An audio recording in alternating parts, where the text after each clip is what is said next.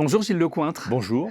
Vous êtes économiste, statisticien, entrepreneur, auteur de très nombreux livres d'économie, enseignant à l'ESSEC.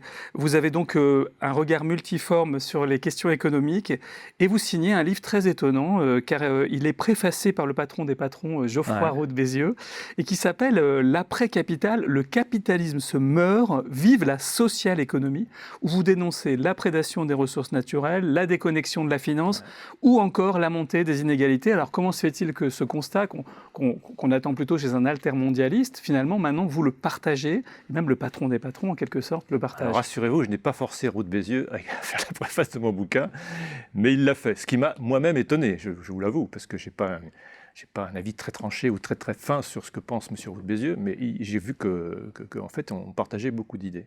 Alors, pourquoi ce constat? Le constat n'est pas très novateur en soi, il est simplement un peu détaillé et un peu expliqué.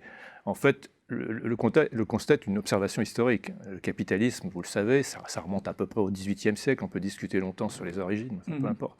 Donc c'est quand même un vieux système, diraient les Américains. Je ne suis pas sûr qu'ils disent ça, mais enfin bon, c'est un vieux système. Il est usé, il a mal vieilli. Quels sont les principaux facteurs d'usure, en dehors du fait qu'il est très ancien? D'abord, il ne respecte même pas ses bases dogmatiques. C'est bases préceptuelles. Regardez, la libre concurrence, c'est une vaste foutaise. Je veux dire, c'est tout sauf la libre concurrence. L'homo economicus rationnel qui maximise, je ne sais pas quoi, c'est complètement... Enfin, c'est des mathématiques, mais c'est rien de plus. Et les promesses de croissance infinie qui bénéficiaient non seulement à son principal soutien objectif en dehors des riches, c'est-à-dire les classes moyennes, ne marchent plus non plus. Donc il y a plein de facteurs qui font... Alors, vous l'avez dit, il détruit les ressources naturelles. Et puis le facteur principal d'usure, c'est ce que je dis, c'est qu'il n'a plus de boussole. C'est-à-dire aujourd'hui, comme il n'a plus de concurrents, et ça c'est en matière de marketing et d'entreprise, le pire c'est de ne pas avoir de concurrents. Tout le monde espère être un monopole, mais c'est une bêtise sans nom. Parce que quand vous n'avez plus de monopole, vous n'avez plus d'aiguillon, donc vous ne progressez plus. Et depuis que le communisme a disparu, et son système planifié économique, le capitalisme n'a plus de concurrents. Donc il va tout seul, il est tout seul, il est tellement seul que même les politiques ont oublié de le réguler. C'est-à-dire qu'il n'y a plus de politique, il y a de l'économie. Et l'économie dirige tout. Et on se rend compte aujourd'hui que ce n'est pas une bonne chose, que l'économie c'est un moyen, il faut revenir au truc très simple, c'est un moyen qui a pour objectif de servir des fins, et les fins si possible sont sociales. C'est-à-dire c'est comme dans une entreprise, si vous n'avez pas de projet, si vous voulez que gagner de l'argent, vous ne mobilisez pas grand monde. On vient chez vous pour gagner son salaire, puis on repart le plus vite possible le soir. Donc pour une société c'est pareil, s'il n'y a pas de projet social, il n'y a pas de consensus possible, et donc tout part à volo. D'autant que le capitalisme qui on a laissé libre circulation fait à peu près n'importe quoi. C'est-à-dire que les inégalités ont cru, comme c'est pas possible, M. Piketty l'a bien expliqué, la concentration des richesses a augmenté, il y a des gens qui gagnent un argent fou, on ne comprend pas bien pourquoi, parce qu'on les remplace du jour au lendemain. Finalement, c'est plus facile de remplacer un grand patron que de remplacer une bonne assistante éditoriale, je ne sais pas. Donc il y a des tas de choses qui ne vont pas, et il n'y a plus les bénéfices compensatoires qui permettaient de supporter le système où il y a un chômage de masse, où il y a une misère sociale, comme l'ont montré plein de films, plein de reportages. Alors néanmoins, ce n'est pas du tout un livre pessimiste, parce qu'il y a un deuxième temps, vous dites, il y a énormément de choses qui sont en train de croître, qui sont les premiers signes de ce que vous appelez la social économie, et qui montrent que le système est en train de se transformer, en fait, et que c'est des voies d'avenir. Est-ce que vous n'êtes pas un peu trop optimiste, même si vos exemples, alors vous citez énormément d'exemples passionnants, de choses qui marchent, de choses qui sont très très bien, est-ce que vous n'êtes pas un peu trop optimiste sur l'importance que ça a, en fait? D'abord, vous savez, les entrepreneurs sont optimistes, parce que sinon, ils arrêtent tout de suite. Ils sont résilients, c'est ce qu'on dit. Donc ça, c'est un caractère de base. Et en plus, je crois que moi, je suis devenu optimiste en écrivant le bouquin. Moi, je suis un économiste d'observation. Donc c'est en observant les choses, en rencontrant beaucoup de gens, notamment des femmes entrepreneuses, domaine que je connaissais mal, que je me suis rendu compte que beaucoup de choses bougeaient. Et il se passe ce qu'on appelle de manière scientifique des signaux faibles, c'est-à-dire que ce n'est pas très visible pour l'instant, mais ça existe et ça peut déboucher. Alors ça peut déboucher sur le contraire aussi, je vous l'avoue, mais moi je fais le parti de la jeunesse et de l'optimisme. Alors pourquoi ça bouge? D'abord, il y a deux choses essentielles pour moi. Il y a une révolution numérique et une révolution technologique qui va être le socle de tout. C'est ce qu'a expliqué Marx dans le matérialisme historique. Je fais un petit rappel qui a peut-être choqué, mais c'est le seul truc qui est génial chez Marx, à mon avis. Donc il y a un niveau de technologie qui a changé et qui ouvre des perspectives complètement différentes en termes d'organisation du travail. Le numérique a libéré complètement les gens, enfin va libérer complètement les gens, parce qu'on n'y est pas encore complètement, de la contrainte du travail organisé, verticalisé, dans un univers clos, dont on ne sort pas de sa vie. Donc ça, c'est le point essentiel. Et puis il y a la jeunesse qui se sert de ça. Je donne 2 exemples très simples. Le télétravail, tout le monde connaît ça, et on voit bien que dans les greffes que ça marche quand même très très bien, ce truc-là. Donc les jeunes, progressivement, s'affranchissent avec l'accord des entreprises. C'est pour ça que M. Roux de Bézieux, il a tout à fait raison d'être d'accord avec moi, parce qu'il voit bien les choses. C'est un moderniste, il voit bien que les choses bougent et qu'il faut que l'entreprise s'adapte.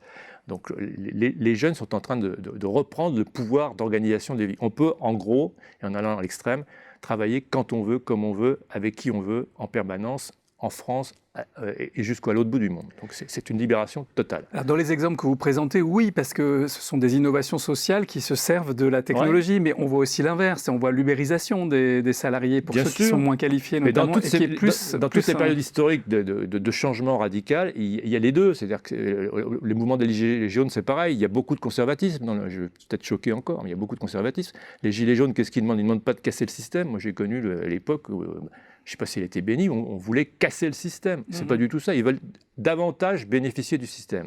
Ils veulent une part de gâteau plus grande. Je comprends tout à fait, mais je veux dire, c'est pas du tout une révolution. C'est même complètement conservateur. Donc on voit partout, à droite, à gauche, dans tous les mouvements sociaux, un mélange de grands conservatismes. Et ça, c'est quoi le conservatisme? C'est la peur du changement. Donc c'est sûr qu'on est dans une période intermédiaire où tout peut arriver, où on va rentrer dans un conservatisme total, avec une moralisation très grande, enfin il y a dans tous les aspects de la vie économique et sociale, il y aura un retour un petit peu en arrière, ou au contraire on va aller de l'avant. Et moi je suis optimiste parce que ce sont les jeunes qui vont mener parce que tous ces mouvements nouveaux sont menés par des gens jeunes. Il n'y a que les gens jeunes, vous savez bien qu'il y a que les gens jeunes qui font le changement. Oui. Les gens comme moi, ils veulent rester comme ils sont, ils ne veulent surtout pas que ça bouge. Les gens jeunes, ils sont là pour que ça change. Donc les jeunes prennent le pouvoir. Et la libéralisation, c'est un deuxième truc, une expression sociale aussi de ce mouvement de libération rendu possible par la technologie, c'est le mouvement des auto-entrepreneurs. Savez-vous qu'il y a eu 800 000 personnes qui sont devenues auto-entrepreneurs l'année dernière?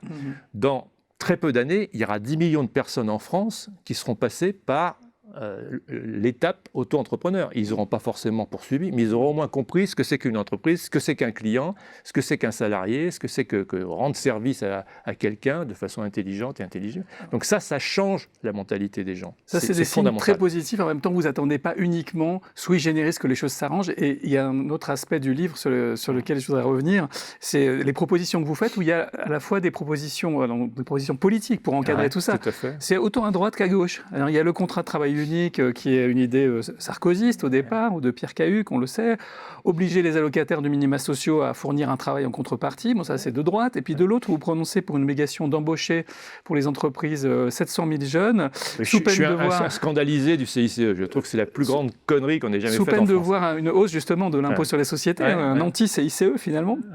Pour l'édiction d'un salaire minimum, d'un SMAX, qui est la contrepartie du SMIC de 30 SMIC maximum, est-ce que ça serait acceptable, selon vous, de faire un tel mix de politique et de droite et de gauche? Bien sûr, puisque la droite et la gauche n'existent plus. Deuxièmement, l'économie n'a de sens que si elle est politique. S'il n'y a pas de politique économique, l'économie, ça n'a aucun intérêt. Ce qui intéresse, c'est qu'est-ce qu'on fait des moyens que vous donne la technologie. Et ça s'appelle la politique économique. La droite et la gauche, plus personne n'y croit. Et, la gauche, elle n'existe pratiquement plus aujourd'hui, dans sa forme traditionnelle. La droite, elle n'existe plus vraiment. Et à l'intersection de tout ça, il y a des gens qui pensent des choses dites de droite autrefois, dites de gauche maintenant. Moi, je crois que tout ce qui marche dans mon économie, c'est ce qui est juste. Pourquoi les gens sont-ils aussi offusqués des salaires des grands patrons? C'est parce que ce n'est pas justifié. Il n'y a aucune justification, ni économique, ni morale là-dedans. Donc, et c'est partout pareil. Je pense que les gens seraient tout à fait d'accord pour, en contrepartie de minima sociaux, faire des tâches qui servent la collectivité, parce que ça rend la dignité aux gens. Ce n'est pas un état acceptable moralement que d'être au chômage chez soi perdu. Donc tout ce dont je parle, c'est des choses que j'ai observées et qui fonctionneraient. Ce n'est pas des idées qui sortent c'est des choses très simples. L'ISF, c'est pareil, on fait toute une histoire de l'ISF et on est tellement bloqué que si on le supprime, on a peur de faire la révolution à gauche. Si on ne le supprime pas, on a l'impression qu'on va va tuer les riches, alors que quand vous regardez le taux de l'ISF, c'est ridicule. Donc j'avais inventé un truc tout simple qui consistait à dire, on garde l'ISF, comme ça il n'y a plus de discussion politique, c'est moral que finalement il y a une participation des riches à l'effort de tous, mais il faut l'asseoir sur quelque chose de raisonnable et qui puisse avoir un retour. Donc pour intéresser les personnes riches à un effort d'investissement, il faut leur faire un investissement en disant, vous allez contribuer, vous allez donner de l'argent, mais cet argent, vous allez pouvoir le récupérer. C'est-à-dire que vous allez le dépenser, mais dans quelque chose qui va créer de l'emploi. Qu'est-ce qui crée de l'emploi? Je l'ai démontré il y a quelques années. Sur 30 ans, les seuls qui créent de l'emploi, ce sont les PME, ce n'est pas les grands groupes. Donc on va vous obliger en quelque sorte à participer à l'effort d'investissement dans un cadre à définir des PME. Vous gagnerez, vous ne gagnerez pas. Si vous gagnez, vous sortirez peut-être avec plus d'argent au bout de 7 ans. On leur a évidemment imposé de bloquer l'argent. Et si vous perdez, vous aurez perdu, mais vous aurez moins perdu que de payer à vie. Donc c'est des solutions très simples. Il y a eu des emprunts forcés pour la sécheresse. Vous proposez l'impôt forcé mais remboursable, l'investissement forcé. Ouais, bien sûr. Il y a énormément comme ça de propositions qui sont décoiffantes. C'est vraiment un livre hors norme qui est incatégorisable. Vous êtes incatégorisable. Ouais. On pourrait en parler très longtemps, mais pour en savoir plus, il faut mieux vous renvoyer à l'après-capital. Merci Gilles Lecointre d'être venu en parler. Merci à vous.